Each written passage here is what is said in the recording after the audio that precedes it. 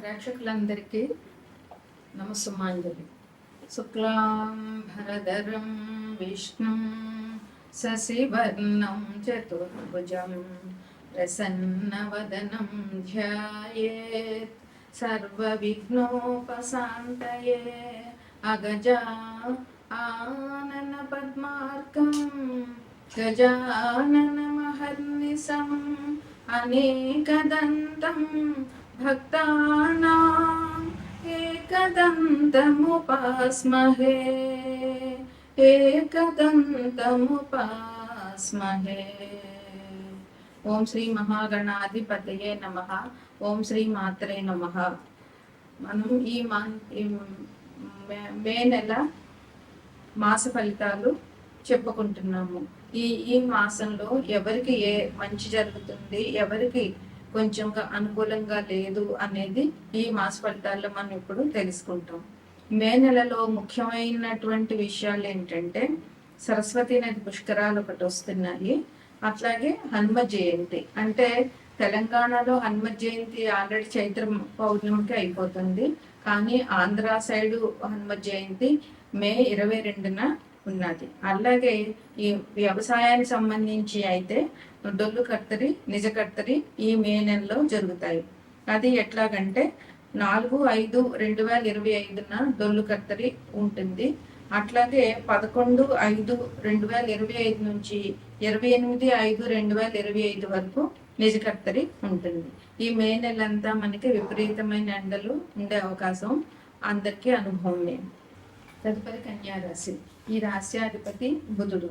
కన్యలో ఉత్తర 2, 3, 4 పాదాలు, హస్త 1, 2, 3, 4 పాదాలు, చిత్త 1, 2 పాదాలు ఉంటాయి. ఈ రాశి వారికి బుధుడు అధిపతి. ఇప్పుడు ప్రస్తుతం కన్యలో కేతు, కన్యను లగ్నంగా చేసుకుంటే కన్యలో కేతు, కన్యా రాశిలో కేతు ఉన్నాడు. మీన రాశిలో శుక్రుడు, శని, బుధుడు, రాహువు ఉన్నారు.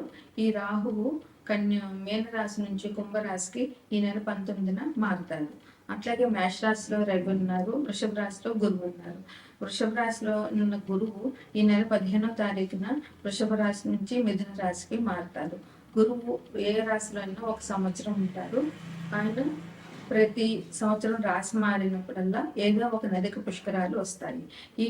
ఈసారి మే నెలలో గురువు 15వ తారీఖున వృషభ రాశి నుంచి మిథున రాశికి మారుతున్నారు కనుక సరస్వతీ నది పుష్కరాలు ఈ మే నెల 15వ తారీఖు నుంచి 26వ తారీఖు వరకు ఉంటాయి. అట్లాగే మే 22వ తారీఖున హనుమ జయంతి.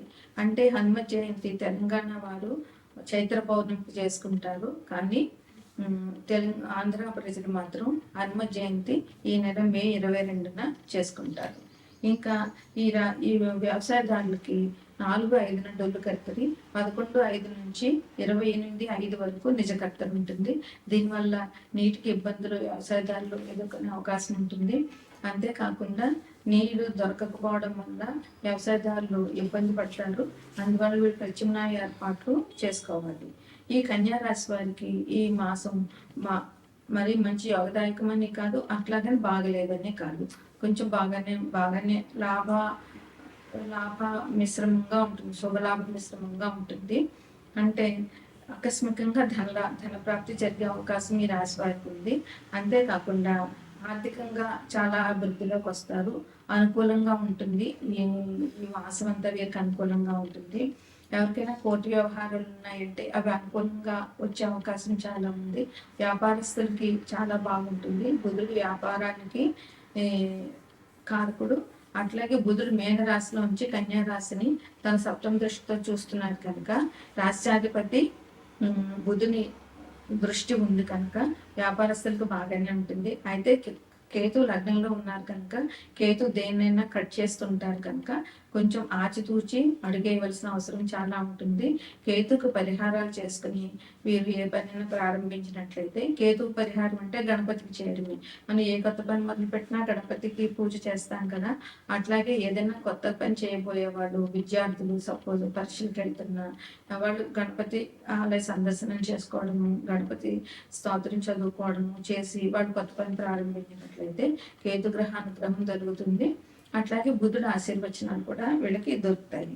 ఇంకా వీళ్ళకి కొత్త వ్యక్తుల పరిచయాలు జరుగుతాయి. ఎందుకంటే ఇప్పుడు అందరూ కాంపిటీషన్స్ ఎగ్జామ్స్కి వెళ్ళడము, కొత్త క్లాసులు మారడం వల్ల కొత్త కొత్త పరిచయాలు జరుగుతాయి. ఈ పరిచయాలు వీళ్ళకి కొంతమందికి లాభాన్ని, కొంతమందికి నష్టాన్ని చేయవచ్చు. అయితే వీళ్ళు వివేకంతో వాళ్ళ తెలివితేటలు ఉపయోగించి ఏ వ్యక్తి పరిచయం మంచిది, ఎంతవరకు ఏ వ్యక్తితో మనం నడుచుకోవాలి, ఎంతవరకు ఆ వ్యక్తిని నమ్మాలి అనేది వాళ్ళ విచక్షణ మీద ఆధారపడి ఉంటుంది. ఇంకా వీళ్ళకి వ్యవహార జయం, ఏ పని మొదలు పెట్టినా వ్యవహారంలో జయం ఉంటుంది. పేరు ప్రతిష్టలు చాలా బాగా ఉంటాయి ఈ రాశి వారికి. ఇంకా వీళ్ళు స్వశక్తి మీదే పైకి వస్తారు. సంతానం వల్ల సౌఖ్యం ఉంటుంది తల్లిదండ్రులకి. సంతానం వల్ల వీళ్ళకి చాలా మంచి జరుగుతుంది. ఇంట్లో శుభకార్యాలు చేస్తారు. ఆర్థికపరమైనటువంటి లావాదేవీలు ఉంటాయి. అయితే కొంతమందికి గ్రహాలు అనుకూలంగా లేని వాళ్ళకి ధన నష్టం ఉంటుంది. స్థల మార్పులు ఉంటాయి. అంటే డిప్యుటేషన్ మీద వెళ్ళడము, లేదా ప్రమోషన్ మీద ట్రాన్స్ఫర్ జరగచ్చు, లేదా ఇల్లు కూడా మారడము, లేదా కొత్త ఇంట్లోకి ప్రవేశించడం, ఇట్లాంటివన్నీ ఉన్నాయి. అట్లాగే దగ్గర బంధువుల యొక్క మరణం ఒకటి ఈ రాశిలో వారికి వినపడే అవకాశం ఉంది. అది కొంచెం గమనించవలసిన విషయము. అట్లాగే వీళ్ళకి ఆరోగ్యం విషయంలో వస్తే కళ్ళు విషయంలో జాగ్రత్తగా ఉండాలి. జ్వరం వచ్చే అవకాశం ఉంది. అంతేకాకుండా ప్రయాణాలు చేసే వాళ్ళకి కొద్దిగా ప్రమాదాలు జరిగే సూచనలు ఉన్నాయి కనుక వీరు ఒక వెల్లుల్లిపాయని వాళ్ళ వాహనంలో పెట్టుకోవడం, లేకపోతే జేబులో వేసుకుని ప్రయాణం చేయడం చాలా అవసరము.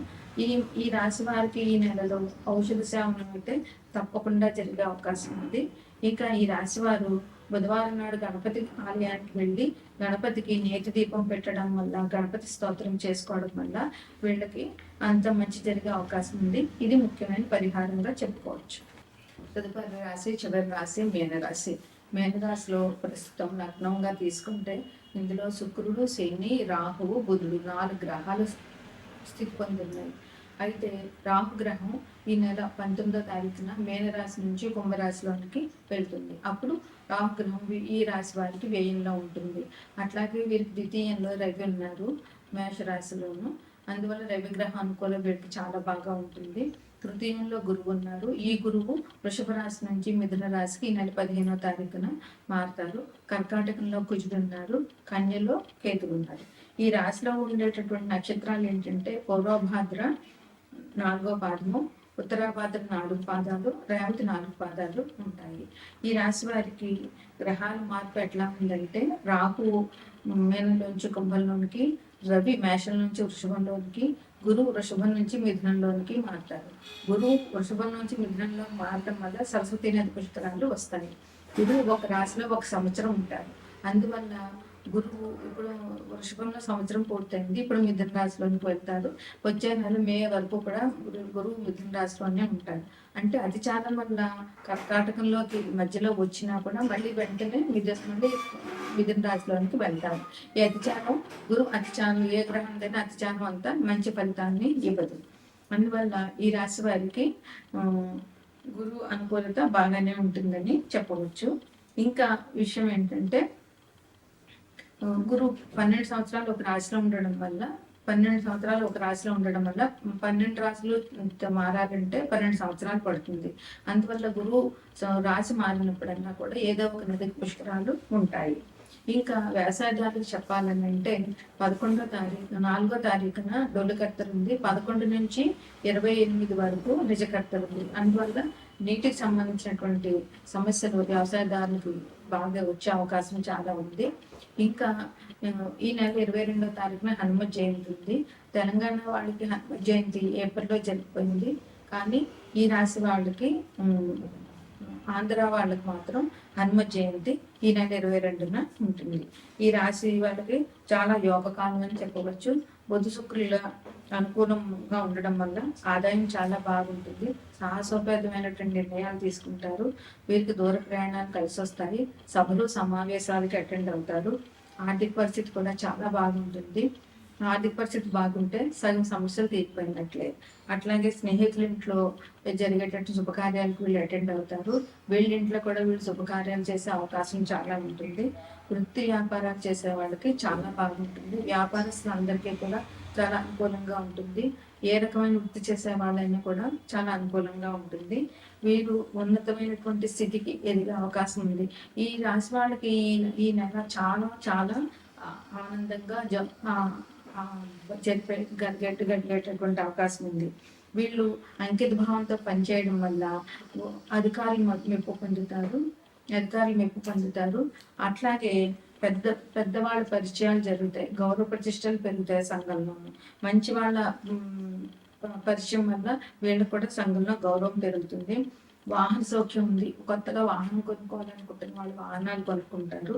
సోదరుల సహకారాలు వీళ్ళకి చాలా బాగా ఉంటాయి. అందువల్ల సోదరుల సహకారం ఉంటే ఇంట్లో హ్యాపీగానే కుటుంబ సౌఖ్యం కూడా చాలా ఉంటుంది. అలాగే కుటుంబంలో కూడా అందరికీ ఆరోగ్యం అనేది చాలా బాగుంటుంది. ఈ రాశి వాళ్ళు 10 మందికి ఉపకారం చేసే మనస్తత్వం కలిగి ఉండడం వల్ల వీటికి దేవుడు కూడా మంచి సహాయ సహకారాలు చేస్తారు. ఈ రాశి వారికి